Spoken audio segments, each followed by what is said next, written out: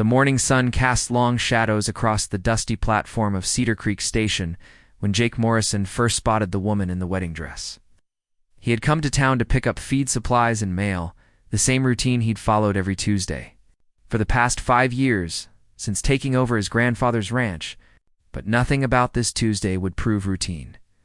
She sat on an old wooden bench beside the abandoned railway station. Her elaborate white gown spread around her like spilled cream against the weathered planks. Her dark hair had partially escaped from an intricate updo, and she stared down the empty tracks as if willing a train to appear. The closest working railway was 50 miles south, and everyone in Cedar Creek knew the old station hadn't seen a passenger train in over a decade.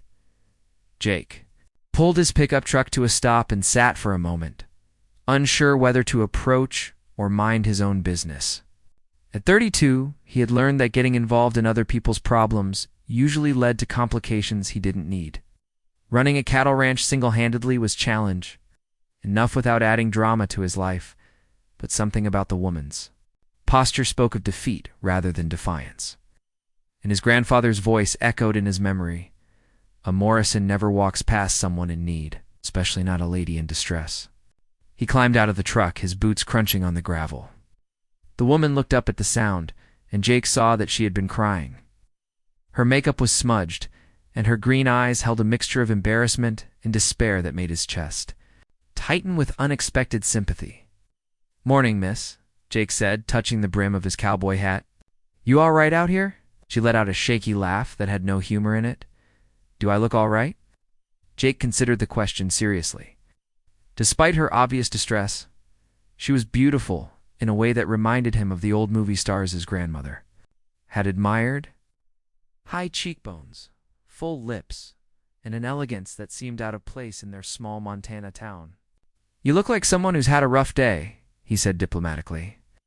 "Try a rough year," she replied, then seemed to catch herself. "I'm sorry. You're being kind, and here I am being rude to a stranger. No offense taken. I'm Jake Morrison." He gestured toward the ranch lands visible beyond the town limits. "I run cattle about 10 miles out. Mind if I ask what brings you to Cedar Creek?" "We don't get many visitors, especially not ones dressed for special occasions." The woman's face crumpled slightly. "I was supposed to get married today. Chicago. Instead, I'm sitting at a train station in the middle of nowhere, talking to a cowboy about my spectacular failure at life." Jake settled onto the bench beside her, maintaining a respectful distance. "Chicago's a long way from here." "How'd you end up in Cedar Creek?" She wiped her eyes with the back of her hand, leaving another streak in her makeup. "I got on a bus. The first one leaving the station. I told the driver to take me as far away from the city as possible. Apparently, this is it. This is definitely it," Jake agreed.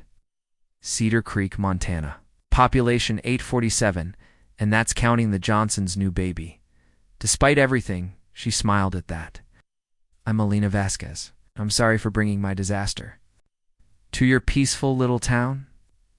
Jake studied her face, noting the determined set of her jaw beneath the vulnerability. "What kind of disaster are we talking about?" Elena's laugh was bitter. "The kind where you discover your fiancé's been stealing money from the family business to fund his gambling habit. The kind where you find out 3 hours before the wedding that everything you thought you knew about someone was a lie? It's a hell of a thing to discover," Jake said quietly. "My father owns a chain of restaurants in Chicago. Richard, my ex-fiancé, was our accountant. He's been skimming money for months to cover his debts to some very unpleasant people." Elena's voice grew stronger as she talked, anger replacing some of the hurt. "When I confronted him this morning, he had the nerve to suggest we go through with the wedding anyway.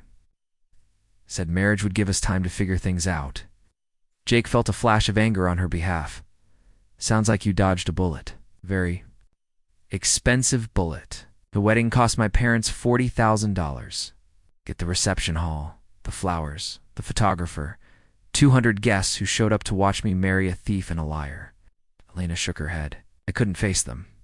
I couldn't face the questions and the pity and the 'I told you so' looks from my relatives who never liked Richard anyway." The morning was warming up, and Jake noticed Elena beginning to wilt in the heavy wedding dress. "You look like you could use some water, and maybe some breakfast. There's a diner in town that serves decent coffee. Alina looked down at her dress. I can't walk into a restaurant looking like this. People will stare. They'll stare anyway in a town this size. New. Face is big news around here. But Martha, who runs the diner, has seen plenty of life. She won't judge. Alina hesitated, clearly torn between pride and practical need. I don't have any money with me. I left my purse at the church when I ran. Breakfast is on me, Jake said, standing and offering his hand. Consider it Cedar Creek hospitality. Martha's diner was exactly what Alina expected from a small-town restaurant. Red vinyl booths, long counter with spinning stools, and the smell of bacon grease and strong coffee. The bell above the door announced their arrival, and conversation stopped as every head in the place turned to stare at the woman in the wedding dress. Martha herself, sturdy woman in her 60s, with graying hair pulled back in a practical bun, took one look at Alina and immediately went into protective mode. Honey, you look like you could use some coffee in a quiet booth in the back, Martha said, grabbing a pot from the warmer.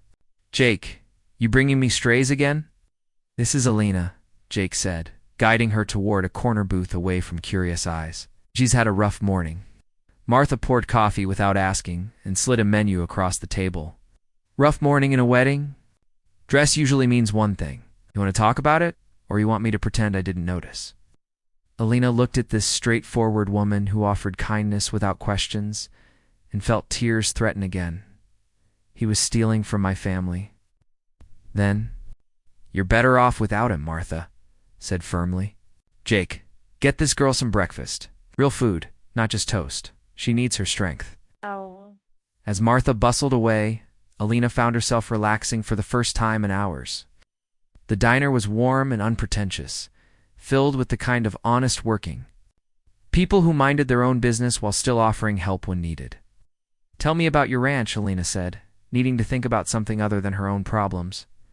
Jake's face lit up as he talked about his cattle operation, the challenges of running a ranch alone, and his plans to expand into organic beef production.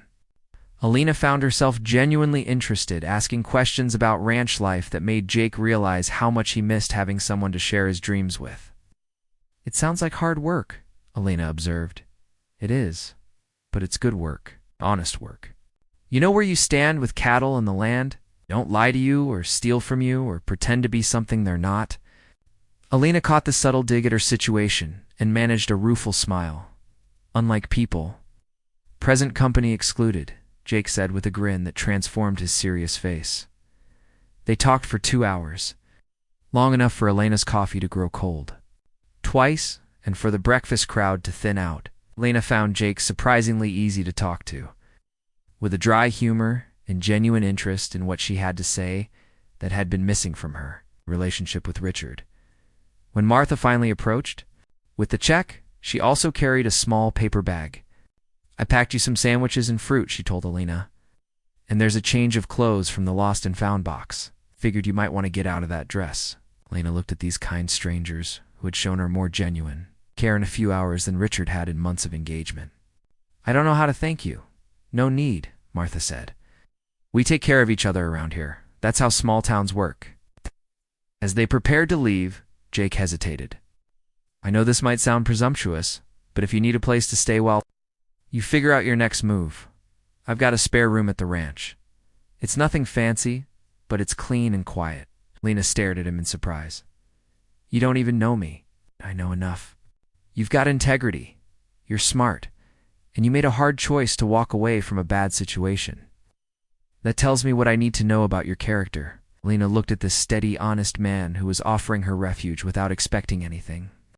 In return, and made a decision that would change both their lives forever. Alina changed into the simple jeans and flannel shirt Martha had provided. Carefully folding her wedding dress into a box Jake found in his truck. Stripped of lace and satin, she looked younger, more real.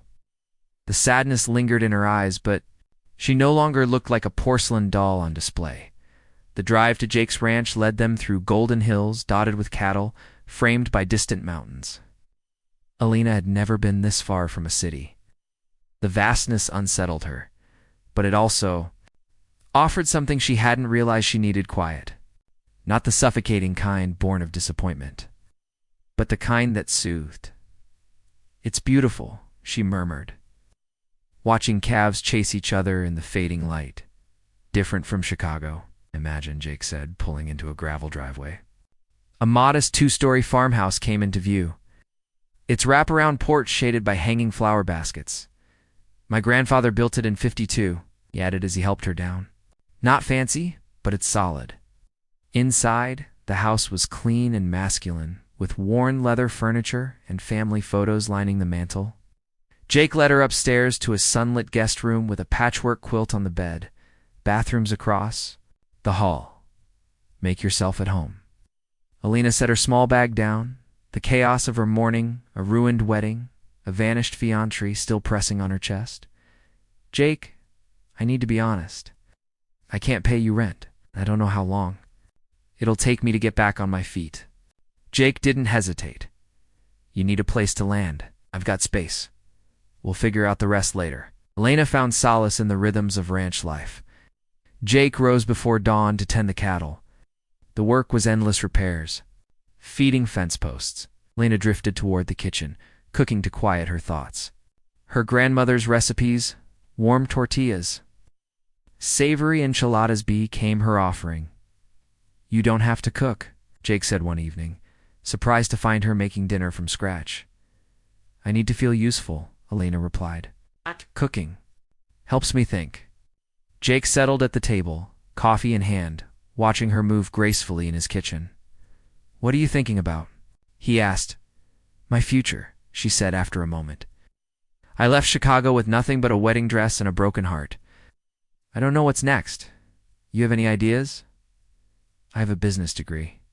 I helped run my family's restaurants. But going back means facing everything tied to Richard." Her voice tightened. "I feel like such a fool." "You're not a fool," Jake said gently. "You trusted someone you loved. That's not the same as being blind." "But I was." "Blind," she snapped. "The late nights, the gifts. I ignored it all. Being trusting isn't a flaw. Lying and stealing are." Alina looked at him, a man who seemed incapable of deception, and felt something shift. "How do you stay so grounded?" she asked. Jake leaned back, considering. "You learn fast when you work the land. Dirt doesn't lie. Cattle don't pretend. You value what's real." That night, Elena called her parents. Her father, Miguel, was furious about the money Richard had stolen $60,000 meant for expanding the restaurant. Her mother, Carmen, was just relieved Elena was safe. "Mia, where are you?" Carmen asked. "In Montana. With a friend." "Montana? What's in Montana?" Elena looked out the window. She was repairing a fence, bathed in golden light. "Peace," she said. Her father's voice grew tense. "The police want to talk to you. They think you might know where Richard went." "I don't," she said, her voice cracking. "If I did, I would have stopped him." After the call, she sat alone in the kitchen, a cold cup of coffee in her hand. When Jake returned, she told him everything. 60 grand, he said quietly. "That's serious." "It was my brother's future," she whispered. "My father worked 30 years for that money." Jake reached across the table, his hand warm and calloused. "This isn't your fault, Alina, but I should have protected them. You were in love. Doesn't make you weak. Makes you human." She looked down at their joined hands and felt something stir, something she wasn't ready to name. The next morning, she sat on the porch, wrapped in a blanket, watching the sunrise wash the mountains in pink and gold. When Jake returned from tending cattle, she was scrolling job listings on his old laptop. Find anything? Not much demand for restaurant managers out here. A few admin jobs in Billings about an hour away. Nate nodded, fighting the strange tug in his chest at the thought of her leaving. "No rush," he said. "Stay as long as you need." Elena studied him. There was no pity in his voice, just sincerity. "Can I ask you something personal?" "Sure. Why aren't you married? You're handsome, kind. In Chicago, women would line up for a guy like you." Jake chuckled, though his eyes dimmed. "I was engaged. 5 years ago. Sarah was a teacher. We had plans, wedding, kids, the works. What happened? She decided ranch life wasn't for her. Said she felt isolated, stuck. She got a job in Denver and asked me to sell the ranch and follow her. Alina waited. I couldn't do it, Jake said. This land's been in my family 3 generations. My grandfather built it with his bare hands. I couldn't just walk away. She left because of that, said then. I cared more about dead people and dirt than her. I'm sorry, don't be. She wasn't wrong. But it wasn't about choosing dirt over love. It was about staying true to myself. Lena nodded, understanding more about Jake than he realized. He didn't bend with the wind. He stood. For what it's worth, she said softly, you made the right choice. If love asks you to become someone else, it's not really love. Jake met her gaze, something unspoken passing between them. 2 people burned by betrayal, slowly rediscovering trust, not with grand promises, but in shared coffee and honest silence. Neither of them said it aloud, but something was growing between them, something real, in the heart of the Montana plains.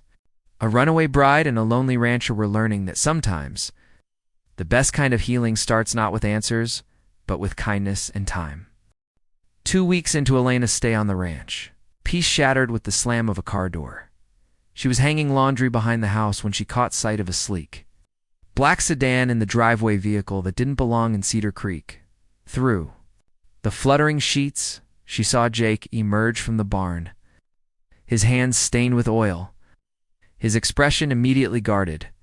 A man in a sharp suit stepped out of the car with a purpose that made Elena's stomach drop. Jake Morrison. The man? Asked, handing over a business card. Detective Ray Rodriguez, Chicago PD. I'm looking for Elena Vasquez. We have reason to believe she's staying here. Elena froze, her heart hammering. The peaceful refuge she had found was no longer safe from the past. Jake kept his tone neutral. What's this about?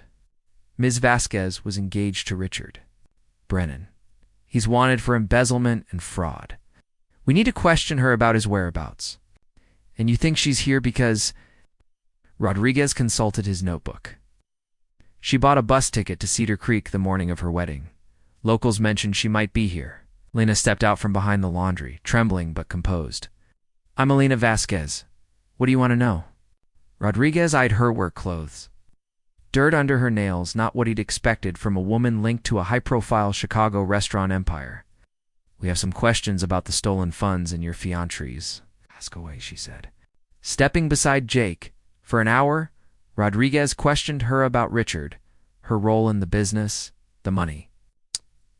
Jake stood silently, a calm presence as Elena answered each question with honesty and restraint. I didn't know he was stealing, she said again. If I had, I would have stopped him. That was my family's money. You never noticed anything off? Strange expenses?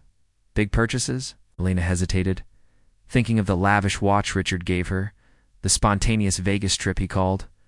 A conference, the designer bag that felt too expensive. There were gifts, she admitted.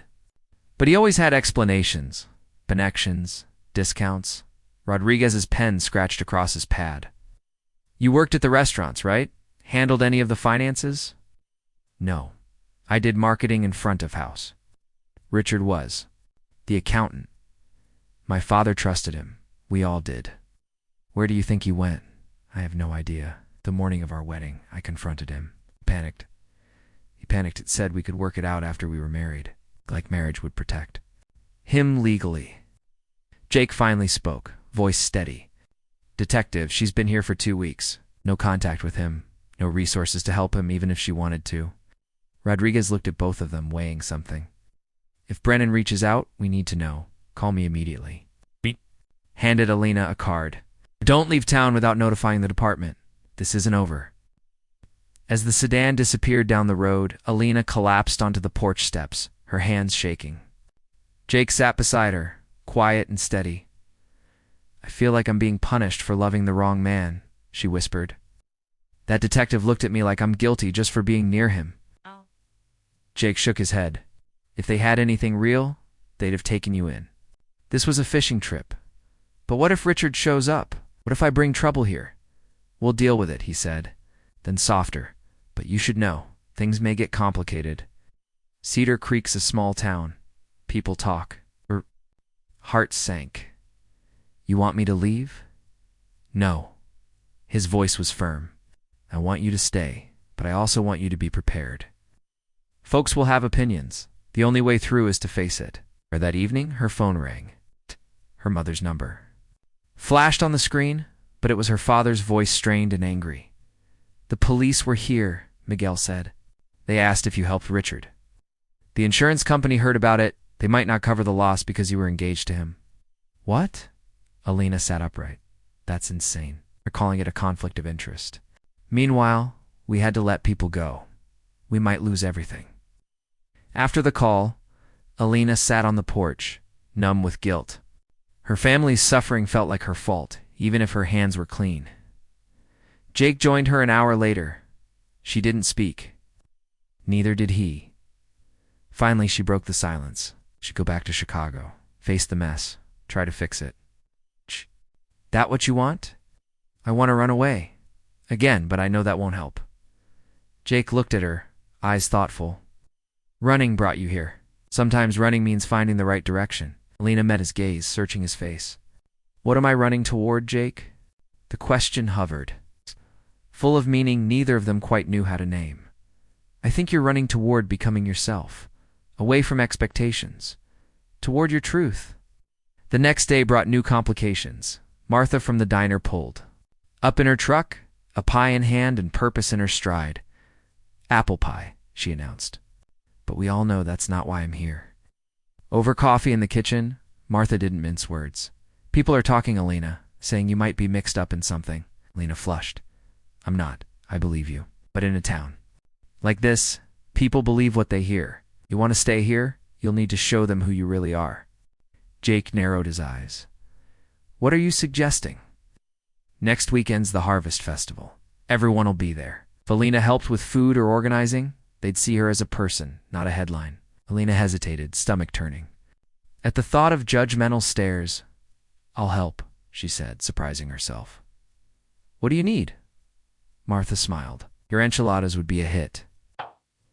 Most folks here have never had the real thing. After she left, Alina stood at the kitchen window watching Jake work in the corral, the sun catching the gold in his hair. He moved with quiet strength, and something in her chest ached. Second thoughts? Jake asked, stepping behind her. About the festival? Or about staying either? She turned to face him. The air between them felt charged. I'm scared, she said. Of what I'm feeling, of trusting again. Jake's expression softened. I care about you, probably more than I should, but I get it. You've been hurt? I thought I knew Richard? What if I'm wrong about you too? Jake touched her face, gentle but sure. Then we take it slow. We figure it out together. What we're building this isn't like what you had before. Lena leaned into his touch, her pulse racing. How do you know? 'Cause real love doesn't want you to be someone else. It lets you be more yourself. When he kissed her tentative, Reverend Alina didn't feel fear. She felt seen. Safe. For the first time in years, she felt like she was exactly where she belonged. The Cedar Creek Harvest Festival dawned with postcard-perfect autumn skies, crisp mountain air, and the scent of promise. Alina stood in Martha's kitchen at dawn, preparing trays of chicken enchiladas, her nerves masked by steady hands. Town had been whispering about her all week, but she was determined to show up as a helper. Not just as Jake Morrison's house guest, the festival transformed the town park into a burst of color booths. Games, music, and food. Alina and Martha set up their food stall, drawing curious glances from locals more intrigued by Alina's past than her cooking. Don't let them rattle you, Martha murmured. They'll come around once they taste your food. At first, customers were hesitant, but the scent of authentic Mexican dishes and Alina's calm warmth worked their quiet magic. The turning point came when Mrs. Henderson, the no-nonsense elementary principal, took a bite of Alina's enchiladas and declared them the best she'd had since Santa Fe. Word spread quickly. Alina found herself sharing stories of her grandmother's recipes, her family's restaurant roots, and a passion for cooking that had nothing to do with the scandal that drove her from Chicago. The crowd warmed to her, curious whispers turning into friendly chatter. Jake arrived around noon, dressed up and smiling. "How's business?" he asked. "Better than expected," Alina replied, handing him a plate. Her fingers brushed, brief, electric. "Save me a dance later," he asked, nodding to the bandstand. "I'd like that," she said, but the festival's peace shattered when Richard, her ex-fiancé, appeared haggard, unshaven, desperate. Alina froze mid-task as he walked toward the booth. "We need to talk," he said. "I don't think we do," she replied coolly. The crowd sensed tension. Martha joined Elena's side. "Is there a problem here?" "This is personal," Richard muttered. "It became public the moment you stole from my family," Elena shot back. Richard's charm faltered. He begged, pleaded, even tried guilt. "We're supposed to marry me. We had plans." "We had plans built on lies," Elena snapped. "You stole $60,000 from my father and expected me to look the other way. It was a loan." "Gambling debts aren't loans." Jake arrived calm but firm. "I think you should leave," Richard sneered. "Really, Alina? This is your future? A ranch hand in a town with more cows than people?" "At least he's honest," she said. "At least he respects me." "This isn't over," Richard warned before slinking away. As whispers faded and the music resumed, support flowed in. Mrs. Henderson called the sheriff. A woman asked Alina to cater her daughter's graduation. A young mom wondered if she'd teach cooking classes. By sunset, under twinkling lights and mountain skies, Alina felt something unfamiliar, belonging. Jake claimed his promised dance. Swaying in his arms to a country ballad, Alina realized how far she'd come. 6 weeks ago, wanted a big city wedding, she whispered. Now I'm dancing with a cowboy and happier than I've ever been. Jake smiled. Sometimes what we think we want isn't what we need. What do you think I need? She asked. Someone who sees the real you and loves you for it. And what do you need? Someone who chooses this life because she wants it, not because she's settling. What if I am that someone? Then I'm the luckiest man in Montana, he said, kissing her as the crowd cheered the final note. Later, as they packed up, Martha pulled her aside.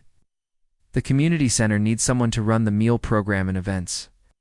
Not glamorous, but honest work hand, you'd be perfect. Elena's heart skipped. Would they even consider me after today? After seeing how you handled that man, they'd be lucky to have you.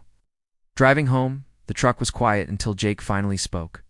I know things are moving fast. And I don't want you to feel pressured. What if I'm ready, Alina? Turned to him. What if today made me realize what I want? What do you want? You, this life. A future built on honesty, not illusion. Jake took her hand, kissed her palm. Are you sure? I've never been more sure, she said. Anne under the Montana stars. Alina knew she had finally found where she belonged. Winter arrived early in Cedar Creek, blanketing the ranch in snow by mid-November. Elena's commitment to her new life was tested in ways she hadn't expected. Her job at the community center had come through just as Martha predicted, organizing meal programs, managing volunteers, planning events that connected the town through the long, cold months. She'd moved from Jake's spare room to his bedroom, natural, comfortable shift. Watching Jake in his element caring for animals in Sub-Zero. Weather only deepened her admiration for him. But everything shifted the day her parents arrived unannounced. Pulling up in a rental car that looked as out of place as Elena's city heels had months ago. From the kitchen window, she watched them step out. Visibly unsettled by their snowy surroundings. Jake, she called. My parents are here. He joined her at the window. They don't look happy. They don't look like they came. To give us their blessing, Elena said, anxiety tightening her stomach. She opened the door before they could knock. Her mother, Carmen, pulled her into a perfume-scented hug. Her father, Miguel, hugged her too, but the disapproval in his eyes was unmistakable. Mr. and Mrs. Vasquez, Jake greeted, offering his hand. Welcome to Montana. Miguel shook it. Thank you for looking after our daughter. Inside, Alina served coffee while her parents took in the modest furnishings and ranch photos. Carmen spoke first. "We're worried about you, Mia. You disappeared after Richard, and now you're living with a man we've never met." "I told you I was safe. You didn't say you were living with someone," Miguel said. "You didn't mention a job in a town no one's ever heard of. I needed to find myself, Papa, outside of the life everyone else planned for me. And this is who you are now?" he asked. "Living in isolation, working for pennies, with a man you barely know?" Elena's voice was steady. "Jake's not a stranger, and this is my life." Carmen leaned in, soft but firm. "You were hurt. Let us help you come home and rebuild." "I am rebuilding," Alina said. "Right here." Miguel's mask cracked. "Be realistic. He's a ranch worker. You have a degree and a future." Throwing it away, Alina lifted her chin. "Jake owns this ranch. He has a degree in business. But even if he didn't, I'd still choose him because he's kind, honest, and treats me like an equal." "You've only been here for months," Carmen argued. "It's not enough time." "It was enough to see Richard for who he was after 2 years." Miguel stood, pacing. "Richard's betrayal cost us everything. Insurance wouldn't cover it because of your connection. We closed 2 locations. Your brother's restaurant dream is gone." Elena's heart sank. "I'm sorry, but Richard's crimes aren't my fault." "No, but your judgment brought him into our lives. Your choices have consequences." Jake tensed beside her. "With all due respect, Alina isn't responsible for Richard's actions, and you think you're different?" Miguel challenged. "You convinced her to abandon her family for a fantasy?" Jake's voice remained calm. "She stayed because she wanted to. If she left tomorrow, I'd drive her to the airport." Miguel scoffed. "And when the fantasy fades," Alina stood, voice firm. "Enough. It gave me something you never did support without conditions. He sees me as a person, not a business partner. He loves me for who I am, not what I can offer." Carmen's eyes filled with tears. "We just want what's best for you, and trust me to know what that is." The conversation dragged into the evening offers of jobs, apartments, and introductions to more suitable men. Finally, Jake stood. "If you can't respect Elena's choices, maybe you should leave." "You're throwing us out?" Miguel asked. "I'm saying this is our home," Jake replied. The word hung in the air. Her parents left to stay at a motel, and Alina wept in Jake's arms. "Maybe I am being selfish," she whispered. "Maybe I owe them more." Jake held her tight. "You don't owe them your happiness. But they sacrificed so much for me. And look what you've built with it. Purpose, community, love. That's not failure." The next morning, Carmen showed up alone.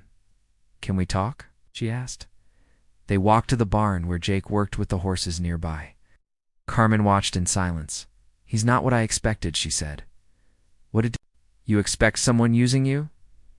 "But he's kind, steady. You're happy?" Alina nodded. "He makes me feel safe. It's like I matter, not just as someone's daughter or employee." They talked for 2 hours about the town, Elena's work, her new friendships. Carmen shared fears of losing Alina, of the family business, slipping away, of failing to protect her from Richard. Later, Miguel joined them. His tone had softened. "If this is really what you want, if he makes you happy, we'll try to accept it. But promise me you'll think this through." "I have," Alina said. "This isn't refuge. This is home." As they prepared to leave the next morning, Carmen took her aside.